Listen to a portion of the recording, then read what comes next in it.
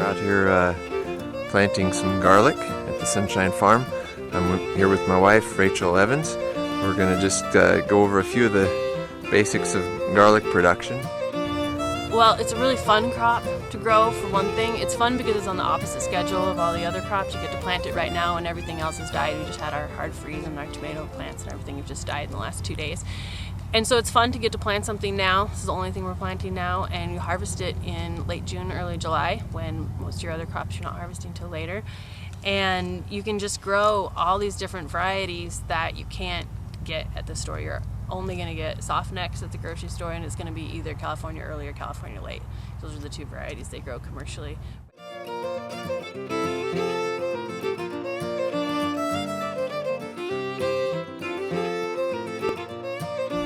Garlic is sort of a different crop because it doesn't grow from seed.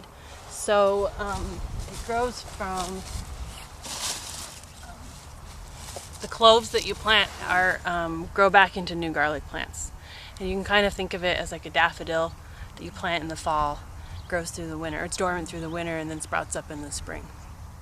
And so these are just the individual cloves of garlic bulbs that it's called popping, that we've popped them open, and that's what we're planting today.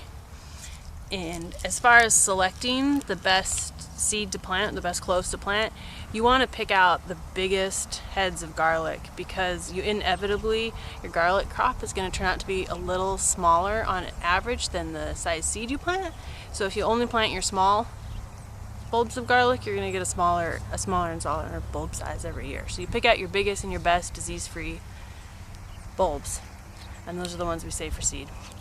And this is a variety called Extra Hardy German White, which has a really beautiful big clove.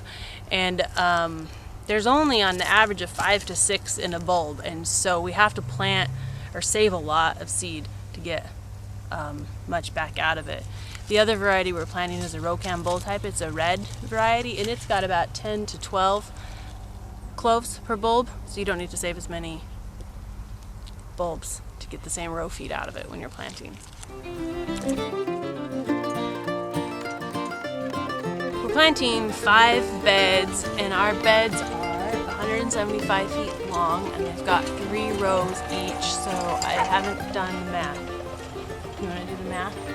So 15 times 175. Very good.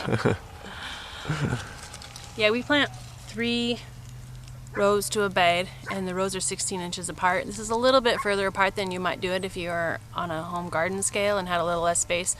And ours are about 5 inches apart in the row, so it's on like a 5-inch by 16-inch grid. And you could get away with like a 4-inch by 12-inch spacing probably, or 8-inch by 6-inch or something if you wanted to fertilize it a little heavier. But we always just like to give our crops a little more room, gives us a little more margin for fertility or soil differences. It just, the crops are a little happy with a little more space. But if you're really good to them, you can get them closer together and still get a good crop.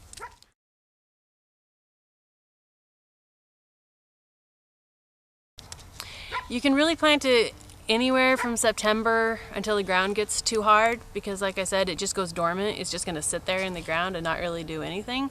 And so it's just a matter of getting it in the ground so it's there in the spring when it thaws. I actually planted my first crop of garlic here in January of '06 when I just moved to the farm, because I wasn't here in the fall, and I had some garlic seed with me, and we happened to have a January thaw on a sort of a southwest facing slope that thawed out enough that I was able to get in there and dig it up and plant in January, which I didn't know if it was going to work, but it turned out just fine. We had a fine crop of garlic that year. So if you can get it deep enough, you really don't need to, because what the mulch is protecting against mostly is it heaving out of the ground. Because if your ground thaws and freezes repeatedly, it expands and contracts, and that expansion and contraction will push the garlic cloves right up out of the ground, and then they'll be laying on the surface, and that's not so good for them. But our soil is loose enough here that even without tools, these guys are just planting by hand, just sticking the cloves down by hand. They can sometimes get them 6 inches, at least 4 inches down, and I find that that's enough that we get really very little heaving. So with all the other issues involved in mulch, we choose to forego it and not do it.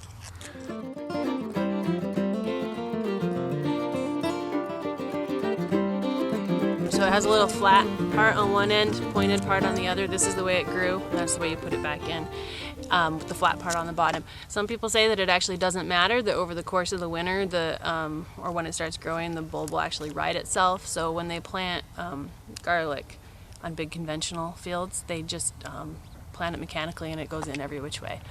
And I think that works a little better with soft neck garlic. We grow only hard neck here, so we don't have any of the full cloves, but in between all the cloves it'll put up a hard stem, whereas soft neck there's no hard stem in the middle, and so I think the soft necks have a little bit better time riding themselves, which is mostly what's grown commercially because it stores way better than the hard neck. Doesn't store that well.